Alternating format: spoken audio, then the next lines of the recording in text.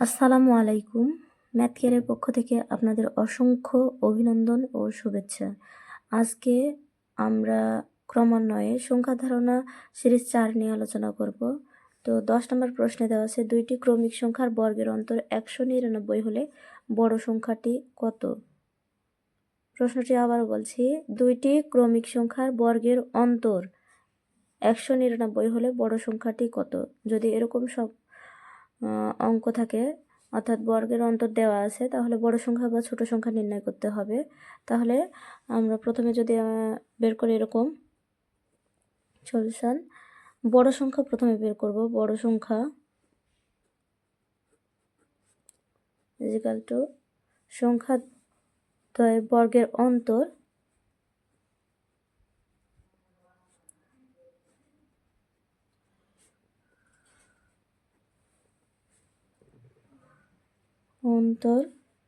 Plus 1 ভাগ হচ্ছে 2। তাহলে সংখ্যা দ্বয়ের বর্গের অন্তর আমাদের দেওয়া আছে 199 প্লাস 1 ভাগ 2, 200 ভাগ 2 ইজিক্যাল টু 100। তাহলে হবে সংখ্যা দ্বয়ের বর্গের অন্তর 199 হলে বড় সংখ্যাটি হবে 100। ছোট সংখ্যা যদি বের করি আমরা একইভাবে বের করতে পারবো। ছোট সংখ্যা ইজিক্যাল টু সংখ্যা দ্বয়ের বর্গের অন্তর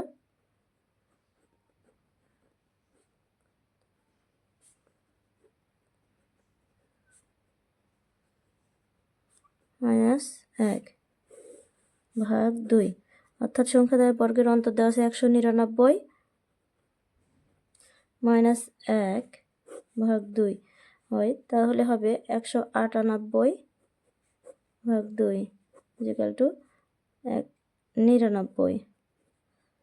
অতএব আমাদের প্রশ্নে বলা হয়েছে যে 2টি ক্রমিক সংখ্যার বর্গের অন্তর 199 হলে বড় সংখ্যাটি অনুযায়ী উত্তর হবে 100। 11 নম্বর প্রশ্নে বলা হয়েছে একটি সংখ্যা 650 হতে যত বড় 820 হতে তত ছোট সংখ্যাটি কত? আমি আবারও বলছি প্রশ্নটি, একটি সংখ্যা 650 হতে যত বড় 820 হতে তত ছোট সংখ্যাটি কত? যদি এরূপ অঙ্ক থাকে তাহলে আমরা কিভাবে সমাধান করব? সেটা হচ্ছে যে 650 এবং 820-এর মধ্যবর্তী একটি সংখ্যা বের করতে হবে। এদের মধ্যবর্তী একটা সংখ্যা যদি বের করি তাহলে এভাবে সলিউশন করব।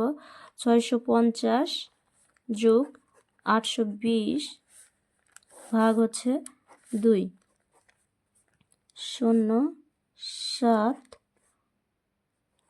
14 ভাগ 2।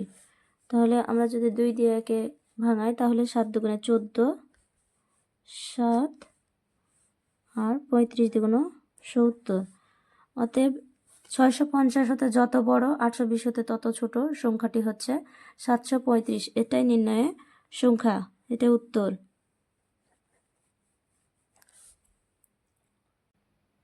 12 নম্বর প্রশ্নে বলা হয়েছে 6558 এর সাথে কোন ক্ষুদ্রতম সংখ্যা যোগ করলে যোগফল একটি পূর্ণবর্গ সংখ্যা হবে?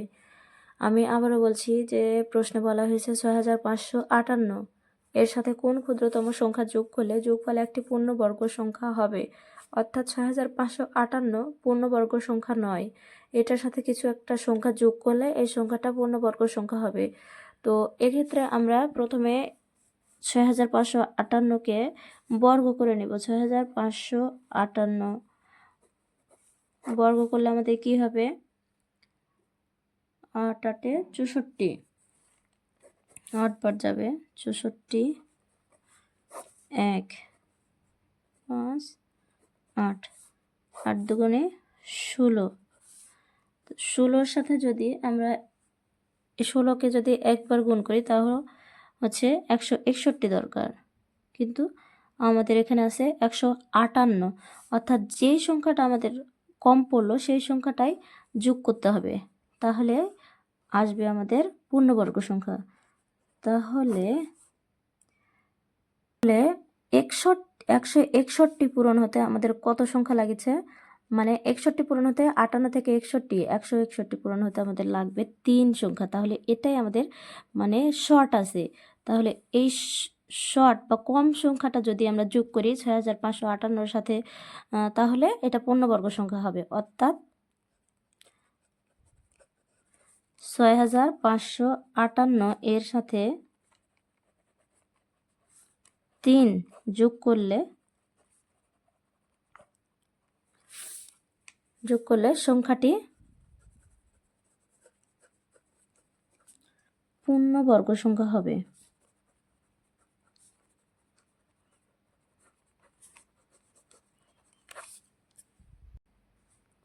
ভিডিওটি ভালো লেগে থাকলে প্লিজ চ্যানেলটি সাবস্ক্রাইব করুন এবং লাইক, কমেন্ট, শেয়ার করে ভালো লাগার অনুভূতিগুলো জানান। ধন্যবাদ সবাইকে।